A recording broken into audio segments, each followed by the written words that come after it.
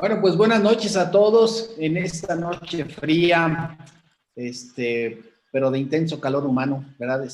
Pues como todo, les damos la más cordial de las bienvenidas, solicitándoles que apaguen su micrófono y su video para que puedan disfrutar la presencia virtual de nuestro querido conferencista.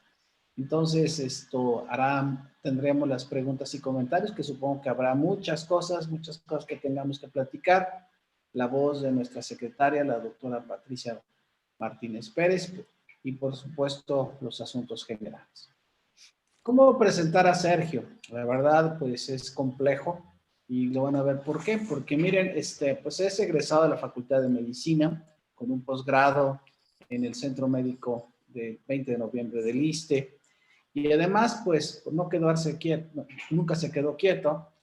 Hizo un posgrado en psiquiatría en el Departamento de Salud Mental de la UNAM, y luego la psicoterapeuta en el Centro Mexicano de Psicoterapia Integrada Ecléctica. Nada más con eso ya se imaginan la forma y la presencia. Por supuesto, ha sido profesor de salud mental en la universidad, en enfermería, y también ha sido jefe del Departamento de Psicología y Psiquiatría de nuestro Hospital Central hasta hace recién. Es miembro de la Asociación Psiquiátrica Mexicana, presidente del capítulo de San Luis, de la Asociación de Psiquiatría de México, y miembro fundador y presidente de esta parte importante de Potosino de Psiquiatría. Y bueno, ha sido también su vicepresidente en general. Por otro lado, ha sido en su participación académica, es profesor del curso de Medicina Integrada en el Hospital Central, dependiente de la Facultad de Medicina, y también del curso de Psiquiatría en el hospital, ¿verdad? En el Departamento de Pediatría, donde pues es la culpa por la cual nuestros pediatras, nuestros alumnos en pediatría casi no conocen psiquiatría. Algo que no dijo Sergio, ha sido interconsultante muchas veces en nuestro hospital, que pues se lo da por hecho en sus múltiples actividades, y pues ha sido también profesor invitado por el doctor Stevens en la Universidad de Cuauhtémoc en la parte de psiquiatría. Ha sido expresidente de nuestra asociación y conferencista de tanto a nivel nacional como internacional, y por supuesto no se pierdan sus escritos, que han sido realmente muy interesantes en general. En la actualidad es médico adjunto en el Hospital Central y presidente de la Asociación de Historia y Filosofía de la Medicina, y pues también coordina parte de lo que son las actividades de la Asociación de Psiquiatría. Y bueno, pues un dato también vital, pues es que él dice que fue amigo del doctor Agustín Guerrero Martínez, nuestro queridísimo socio, y pues que eso realmente es difícil de entender, por qué el doctor Guerrero no lo pudo hacer mejor, mejor psiquiatra en términos generales. Aunque una vez el doctor Guerrero dijo, hablando de Sergio, a este hombre lo quiero mucho, por lo que es, ¿no? Y quizás se refería a que Sergio, no me acuerdo si el doctor era, como si ustedes vieran un poquito más, pudieran encontrar abajo del saco la pijama que el doctor tiene, de corazón, dice que es chiva, y tiene muchas otras cualidades, entre ellas es un excelente amigo. Y bueno, ¿qué más podemos platicar de Sergio? Más que, pues, invitarle a que nos dé esta plática, que realmente ha sido un poco compleja. Fíjense, nos va a servir a todos. De alguna forma nos va a tocar fibras sensibles y tener que apoyar a nuestros pacientes bajo estas circunstancias. Sergio, pues te dejamos con nuestros chicos expertos. Muchas gracias, estimado Miguel. Muchas ¿Puede gracias a todos gracias por estar aquí todos a pesar del frío. Y voy a tratar de ser lo más claro posible. y lo menos rollero que de repente puedo ser. ¿Sí se está viendo la pantalla? Sí. Bueno, muy bien. El tema que voy a tratar se llama violencia, miedo y paranoia en la era de la COVID-19. De manera, procuraré rápida, presentar por qué está apareciendo esta sensación de violencia o esta violencia explícita en estas condiciones de la famosa pandemia. Y para eso haré una revisión muy breve, sobre todo de aspectos de tipo social. Lo primero que voy a hacer es tratar de definir la angustia. Y para poderla definir tendríamos que entender que la tristeza, la culpa y el miedo han existido ampliamente en la historia de la filosofía, de la medicina y de la psicopatología.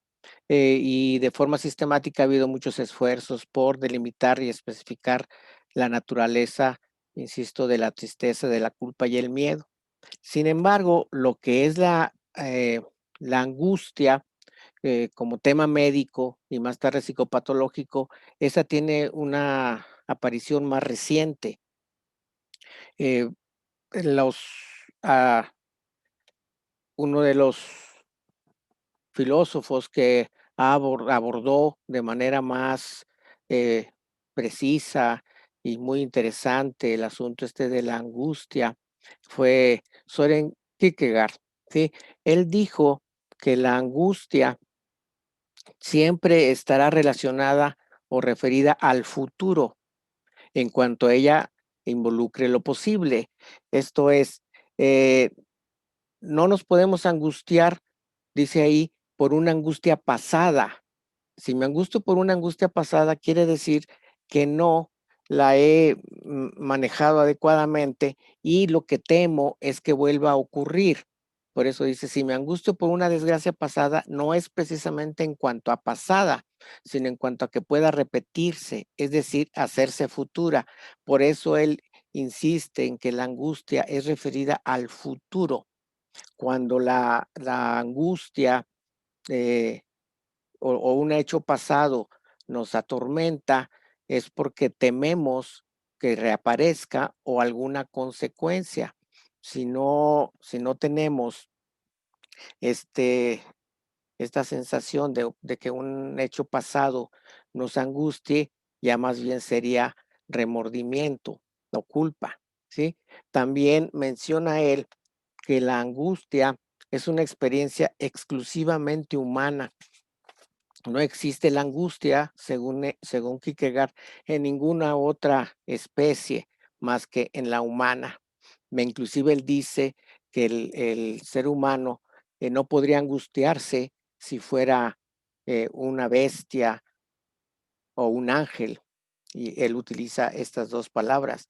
Por eso él dice que el sentido de la angustia es una experiencia exclusivamente humana y se refiere a algo que está dentro del hombre, no está fuera de él.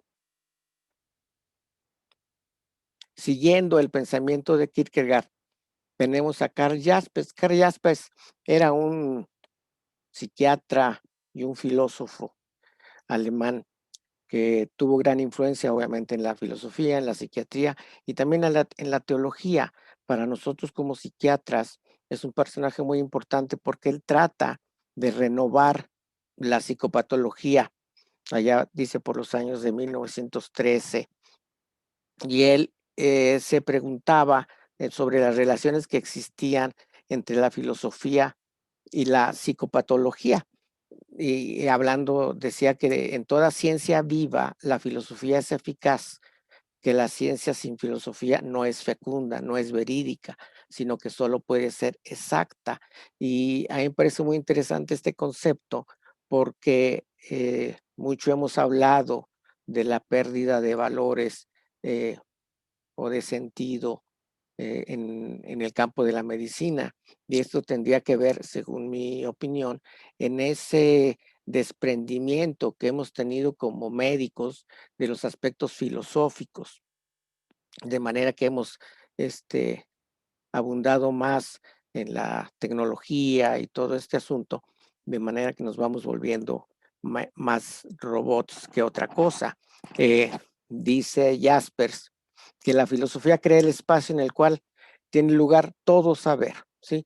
En donde se adquiere medida, límites y terreno, y que esto puede darle contenido y significación al quehacer. Jaspers utiliza un término muy interesante. Él dice que existen los sentimientos sin objeto. Habitualmente pensamos que todo sentimiento debe provenir de un objeto, ¿sí? Y Jaspers dice que no, que puede haber sentimientos sin objeto. También mencionar que desde el punto de vista psicopatológico y sobre todo psicoanalítico, el término objeto se refiere, como aprendíamos en la primaria, a persona, animal o cosa.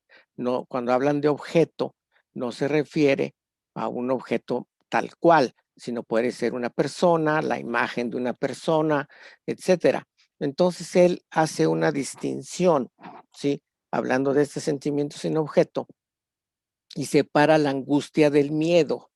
Él dice que el miedo es dirigido a algo y en cambio la angustia es atópica. La angustia no tiene un origen externo, ¿sí? Por eso es la interesante asociación entre lo que menciona Kierkegaard y lo que también menciona Jaspers.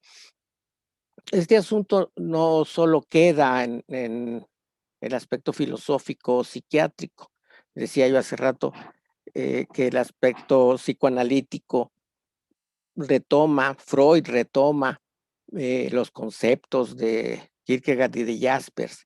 O sea, todos habla y lo aplica a la teoría psicoanalítica, y entonces dice que angustia se refiere al estado, pero prescinde del objeto, que es lo mismo que había yo dicho, ¿sí? Mientras que el miedo dirige la atención justamente al objeto.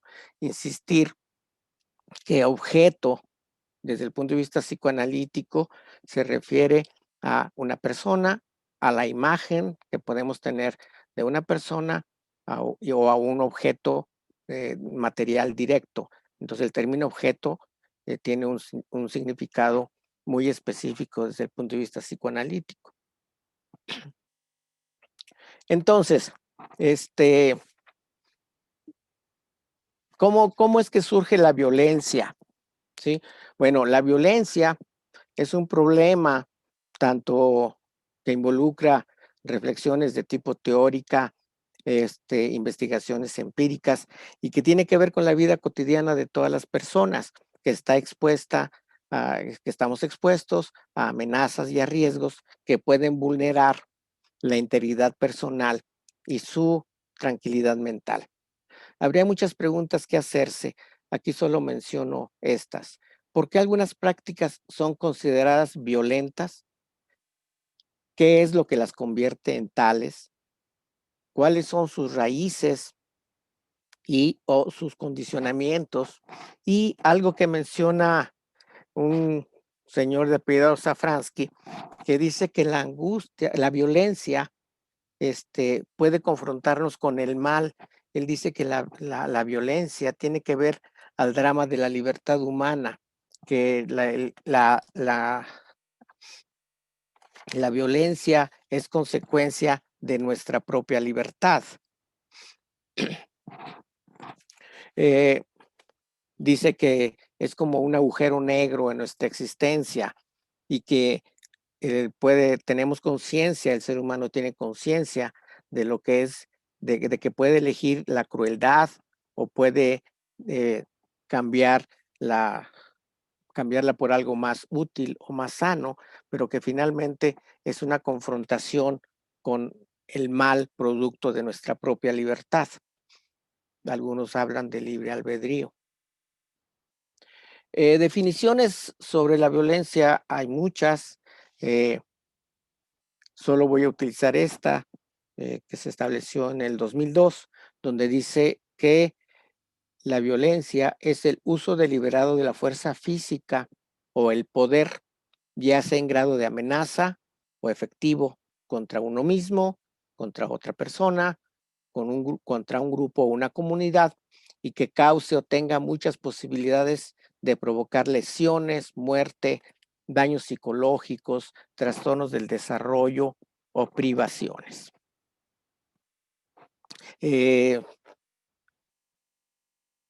Generalmente asociamos la violencia a fuerza física o la violencia física, pero no necesariamente la fuerza física está presente.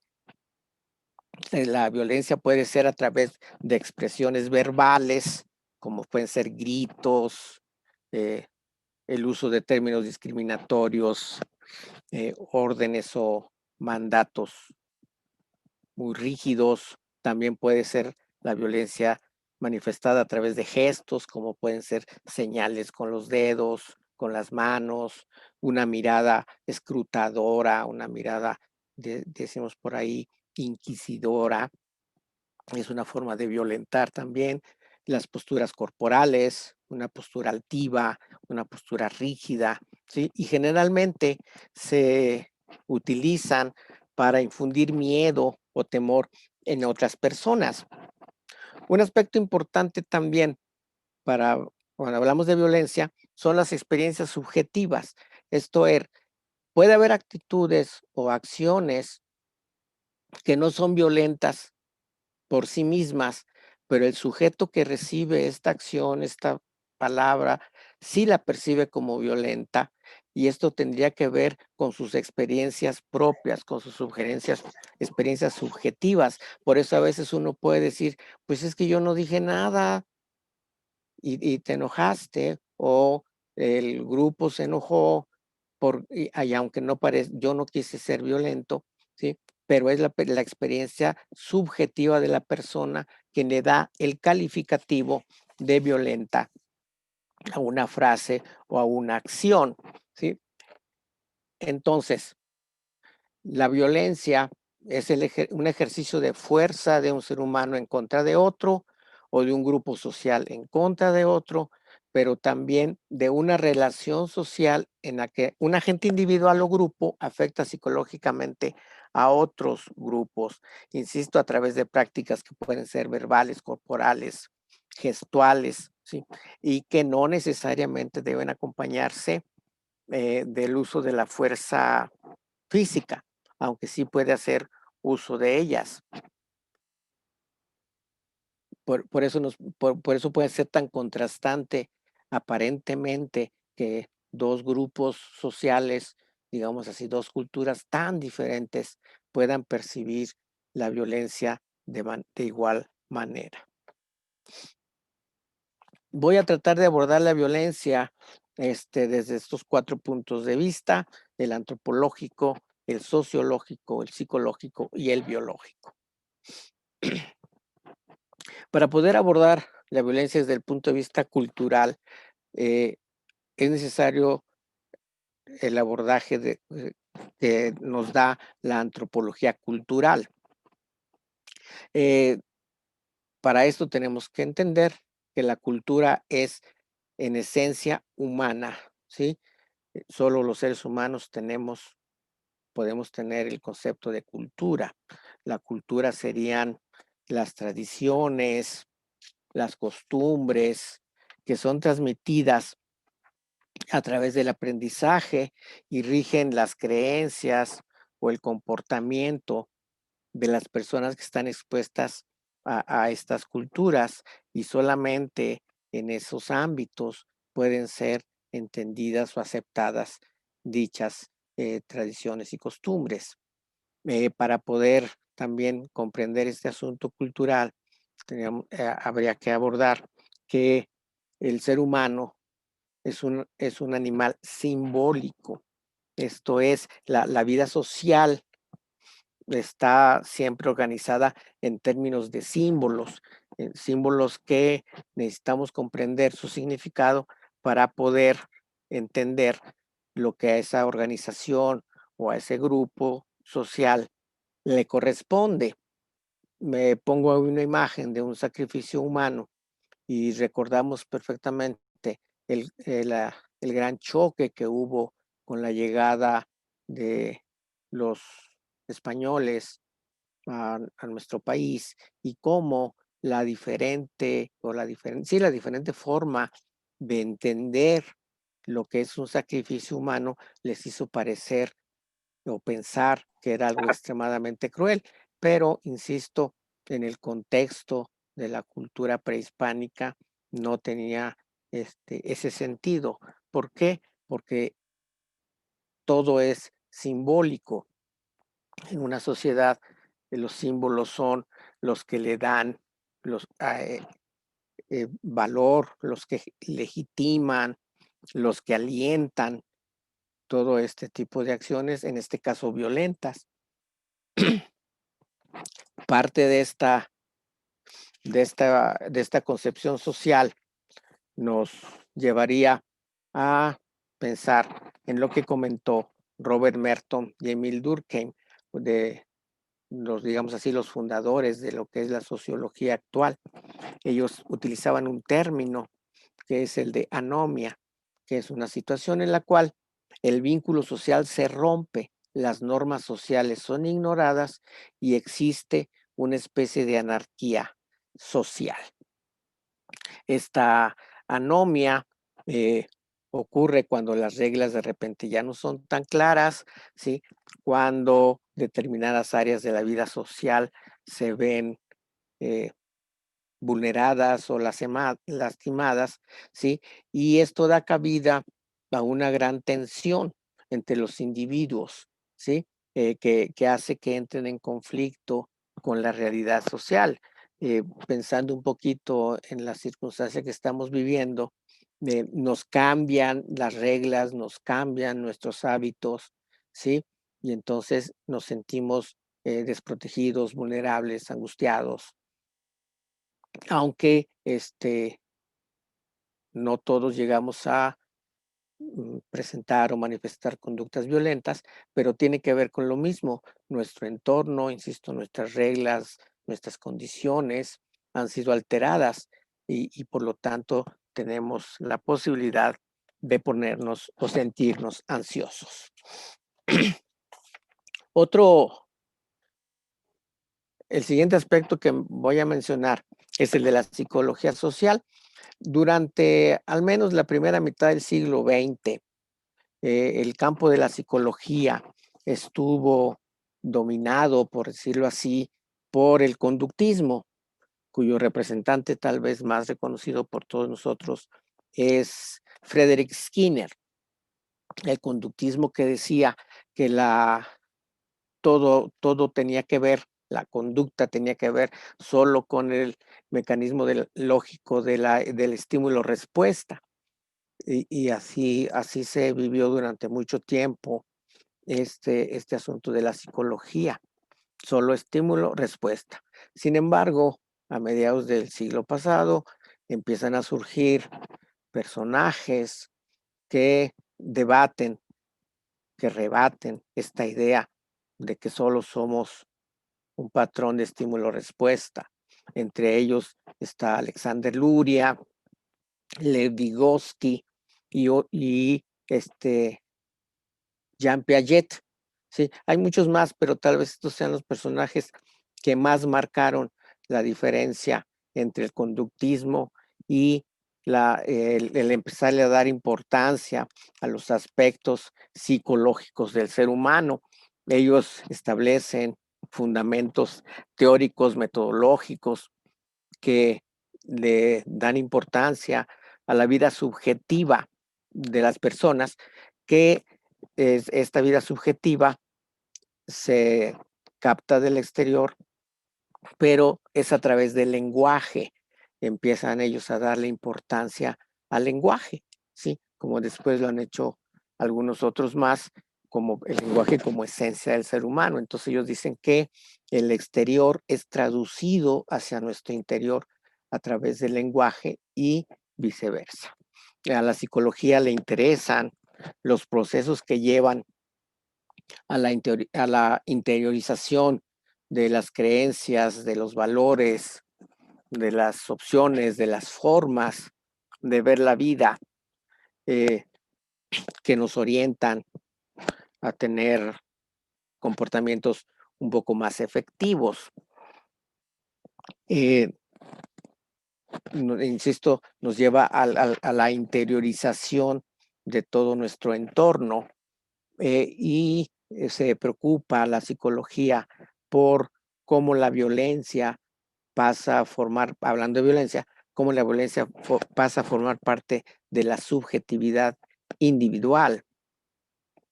O hay otro personaje muy importante, más reciente, que se apellida Baró, que él habla de lo que es la ideología, pero aquí la ideología no tendría que ver con ideología política o ideología religiosa, como es el concepto que habitualmente tenemos de ideología, sino él se refiere a la visión de una realidad, a la visión de una cosmovisión, en todas las creencias, los valores, los usos y costumbres que cada individuo tiene y que lo hacen establecer una relación indisoluble con otros individuos en esa sociedad determinada. Entonces aquí insisto, el concepto de ideología no tiene que ver con ideología política o ideología religiosa, sino a una forma de ver la realidad, a una propia cosmovisión. Perdón, dentro de este asunto de la psicología social, un personaje que es muy, muy interesante de conocer, y que tal vez la mayor parte lo asocia solo con un libro que se llama El arte de amar, ¿sí? Y que sin embargo sus textos son una maravilla.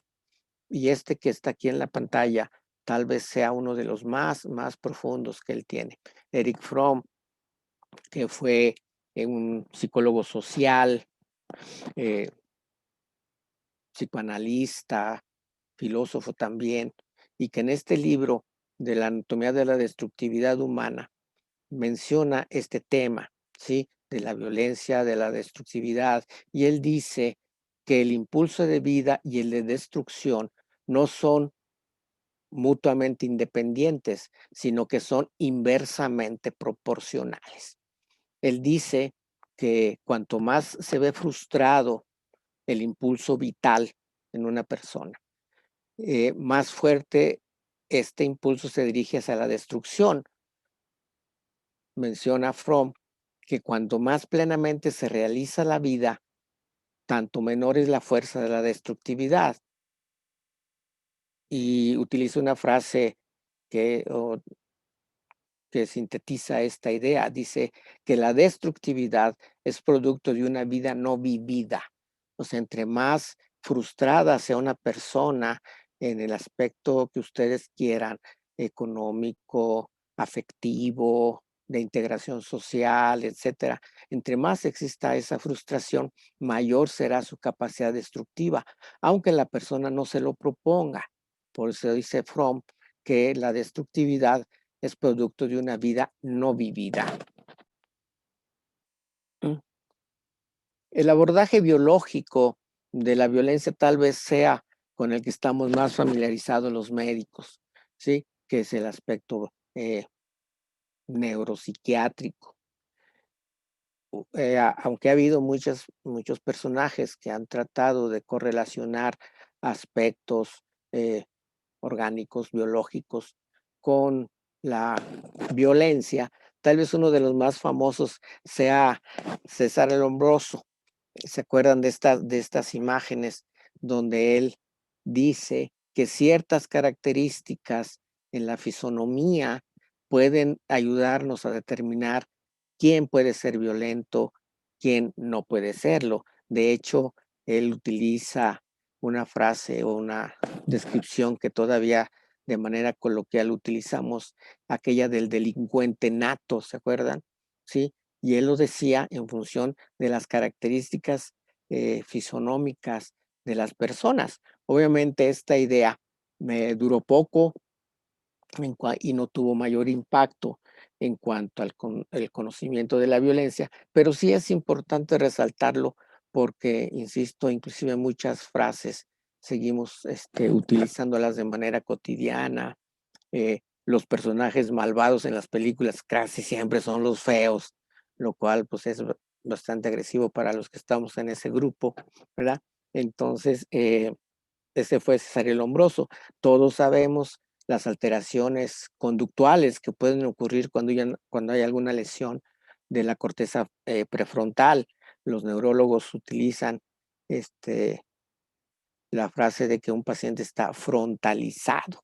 O sea, cuando el lóbulo frontal no está funcionando adecuadamente, puede haber serias manifestaciones conductuales de irritabilidad, de violencia, etcétera, porque debemos recordar que el lóbulo frontal es donde está el asiento neurológico para la toma de decisiones, para la inhibición de la agresividad, etcétera.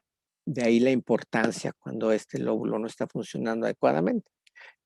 La amígdala como parte del sistema límbico también sabemos que sus alteraciones van a provocar severas reacciones violentas.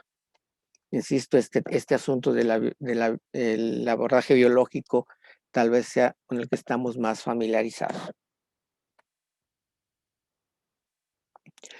Este señor, Johan Galtung, también ha sido un estudioso de la violencia. Y él habla de un triángulo de violencia. Él dice que existe la legitimación de la violencia. Dice que hay una violencia cultural, ¿sí?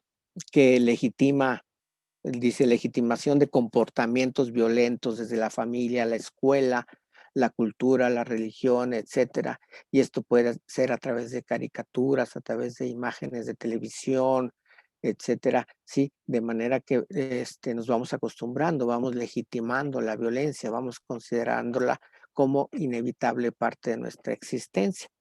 También puede haber una violencia estructural, que se refiere a estructuras físicas u organizativas que impiden la satisfacción de necesidades, como puede ser la dificultad para sobrevivir, para tener un adecuado bienestar, alteraciones de la identidad o la restricción en la libertad. Estos dos tipos de violencia, la violencia cultural y la violencia estructural, nos lleva a que ya podamos observar la violencia de forma directa. Ese se le conoce como el triángulo de Galtung, que es muy importante para entender esta interacción entre diferentes circunstancias. Un tipo de violencia que ha sido siempre muy impactante y que tal vez en los últimos años ha tomado más preponderancia es lo que se conoce como violencia intelectual. La violencia intelectual se refiere a cuando se miente o se engaña deliberadamente a un individuo o a una colectividad, creando lo que se conoce como una posverdad. Este tipo de violencia es muy difícil de detectar y generalmente suele conducir a un adoctrinamiento político, a provocar racismo, manipulación informativa interesada, por ejemplo, grupos de presión que crean campañas de desinformación, ¿sí? O de información tendenciosa, e inclusive demonizando a otros grupos. Por eso puede ser tan peligrosa a largo plazo, porque puede provocar genocidios, como puede verse en la imagen. Hay otra forma de violencia intelectual que son, dice ahí, asuntos enmascarados, ¿sí? Lo conocen como rebranding o marketing. Esto se refiere a que se van a través de también información tendenciosa, creando ideas en la gente, en el público. Algunos le llaman también lavado la traducción sería lavado de cara, ¿sí? Porque como un sinónimo, para no decir lavado de cerebro, que viene a ser prácticamente lo mismo. Y hay de varios tipos. Ahí se representa algo que se llama pink washing, que se refiere a esa empoderamiento por ejemplo, el pink washing se refiere al empoderamiento de la liga LGTBI, ¿sí? No porque no tengan derechos, sino porque hay grupos de presión que utilizan esa bandera para crear confusión. Y así habría muchos otros tipos. Ahí hay una imagen sobre el greenwashing, que serían grupos pseudoecologistas que enarbolan esa bandera, insisto, para generar confusión. Hay otros grupos, por ejemplo, el purple washing, que tiene que ver con banderas feministas, que también lo único que pretenden es generar caos social. Creo que eso lo vemos prácticamente todos los días, ¿sí? Y que desafortunadamente le restan valor, importancia, impacto a los movimientos auténticos, ¿sí? Porque lo que estos movimientos de rebranding buscan es sacar ventajas, la que a ustedes se les ocurra. Otro tipo de violencia es la violencia cibernética. Es cuando se usa el internet o las redes sociales para ridiculizar a alguna persona, para divulgar noticias falsas, etcétera. Sí, también con el mismo objetivo de generar confusión para poder beneficiar a ciertos grupos.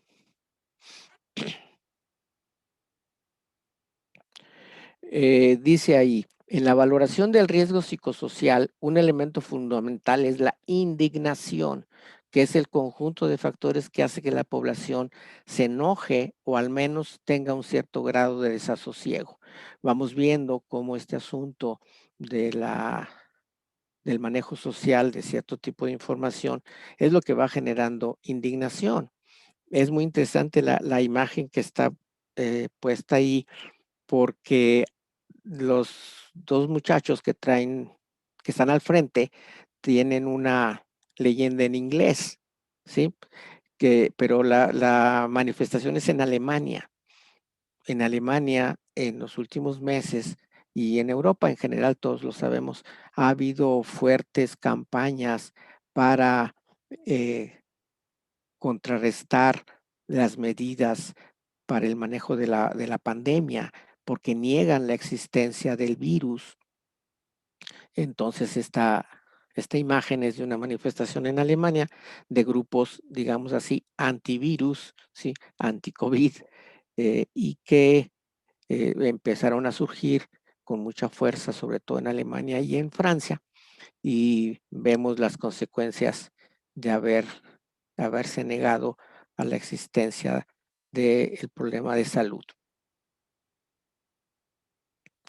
Bueno,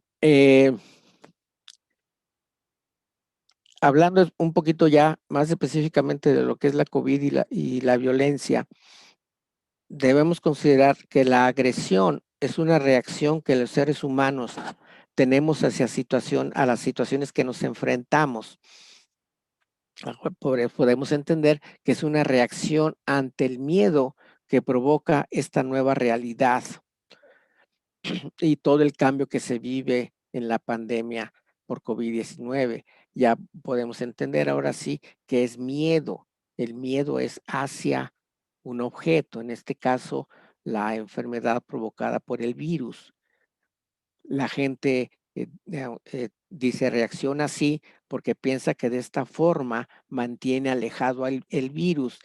Esto suena absurdo, pero si recordamos que el ser humano es un animal simbólico, entonces esta conducta de agresión hacia otras personas, hacia el mismo personal de salud que voy a mencionar un poquito más adelante, es una forma simbólica de mantener alejado al virus. Si te agredo, entonces no me contagias, no me contaminas. No hay que olvidar también que el impacto del miedo en el ser humano puede reducir la capacidad de razonar adecuadamente, ¿sí? Y cuando uno tiene miedo, sus reacciones no van a ser del todo correctas. Y en este caso lo estamos viendo cotidianamente. También la sobreexposición a información que desafortunadamente no siempre es certera.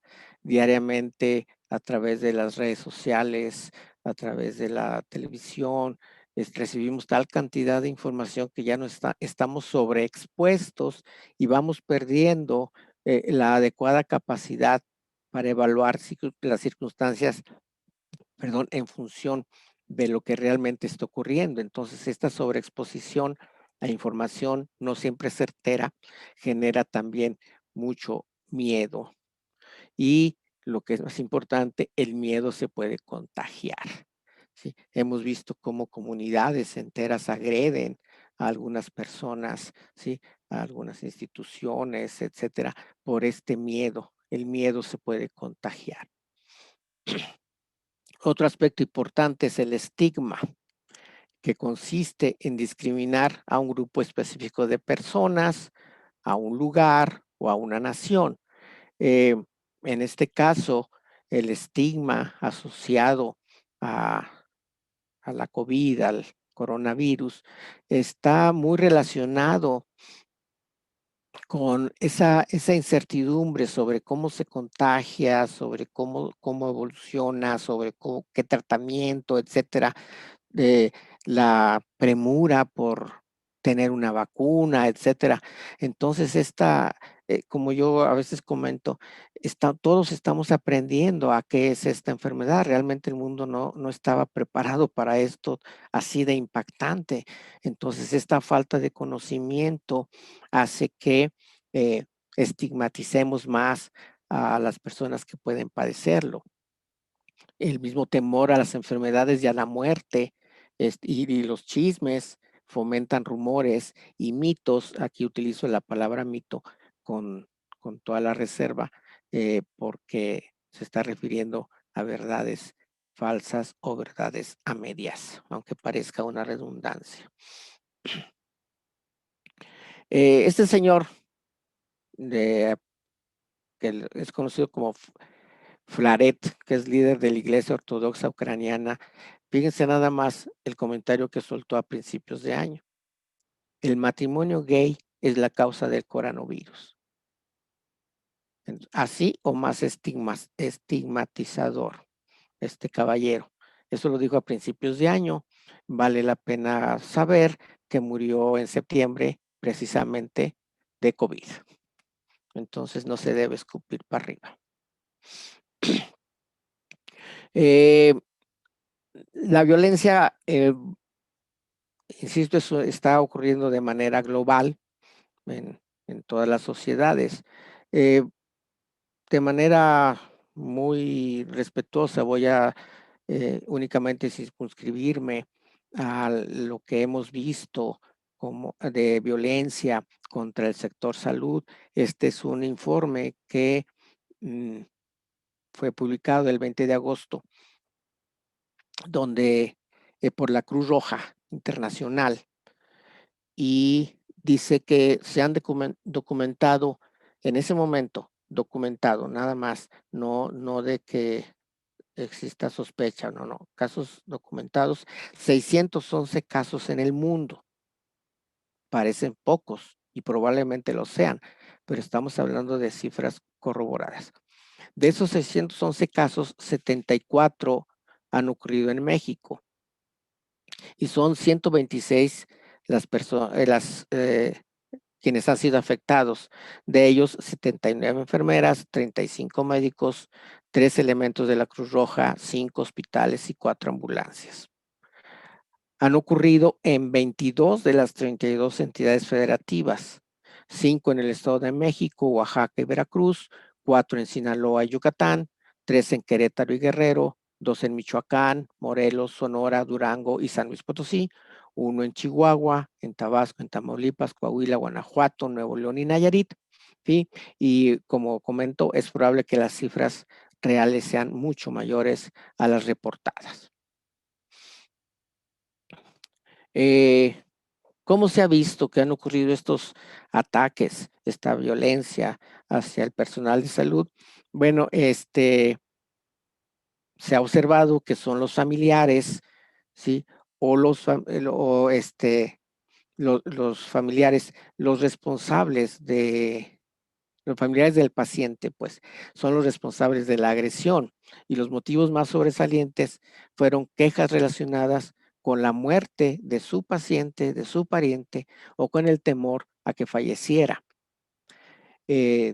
Comentaba yo que en una comunidad, el miedo a la propagación desempeña un papel importante en estas situaciones de violencia.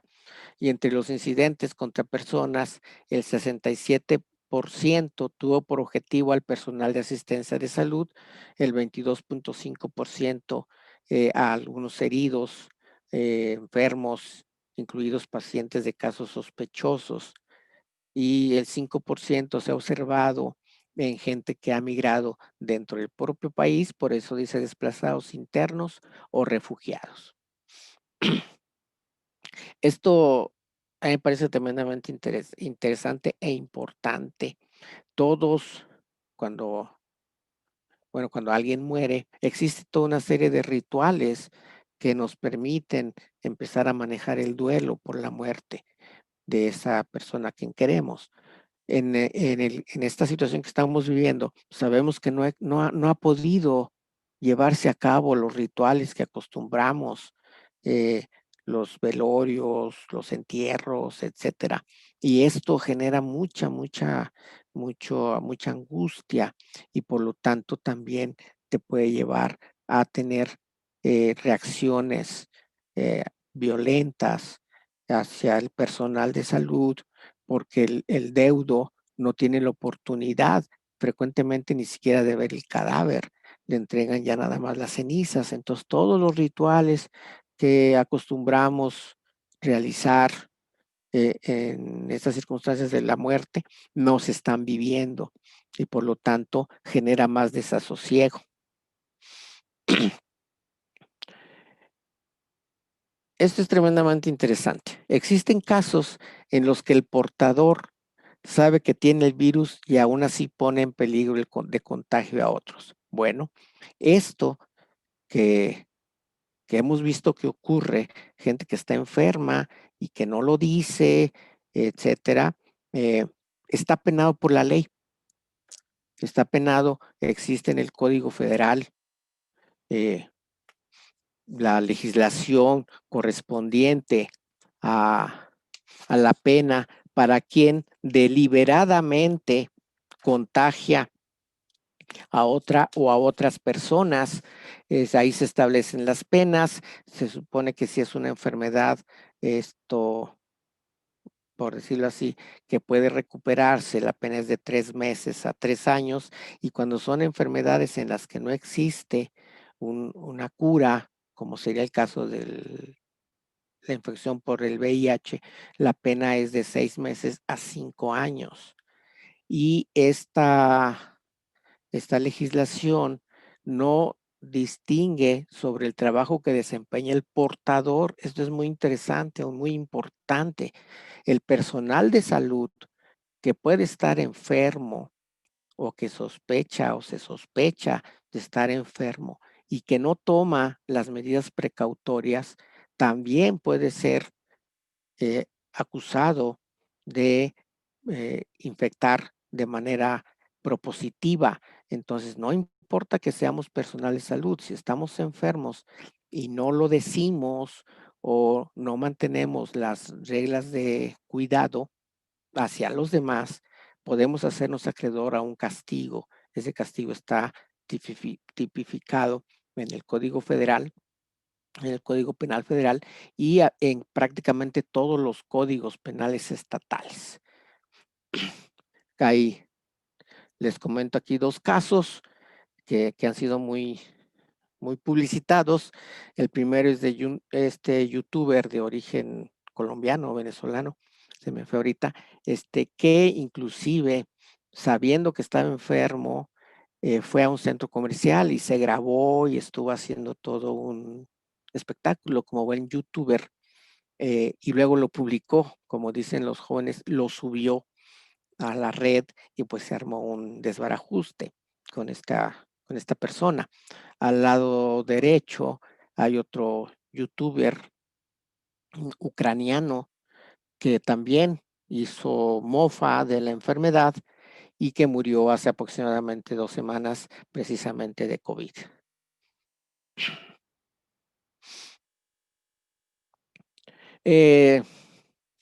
Nada más para terminar, insisto, considerar que el hombre debe ser visto como signo, ¿sí? El hombre tiene una parte literal y otra parte alegórica. La parte literal es su biología, su cuerpo, y la parte alegórica es su mente, su psicología. Por eso siempre es importante considerar ambos aspectos. Eh, la dimensión cultural es lo que hace que las características biológicas afloren, se manifiesten, sean, como digo, innatas o connaturales. La cultura es lo que permite que estos surjan. Por eso dice ahí que naturaleza y cultura son las dos caras del hombre, su sentido literal y su sentido alegórico. También dice que o se dice que la naturaleza del hombre lo empuja a hacer algunas cosas, pero siempre va a tener la libertad suficiente para influir en los acontecimientos de la historia. El hombre no solo padece la historia, sino también la hace. Por eso dice ahí que el hombre es esencia de la historia y es natura en la cultura. No hay malas hierbas ni malas personas, sino malos cultivadores.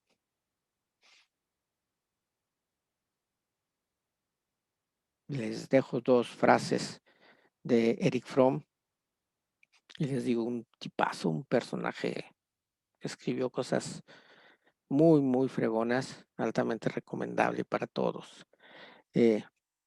Dice a la derecha, cada paso nuevo encierra el peligro de fracasar, y esta es una de las razones por las que se teme a la libertad. Son extractos de aquel famoso libro de El miedo a la libertad. Pues muchas gracias, es lo que les quería presentar. Muy amables por haberme escuchado.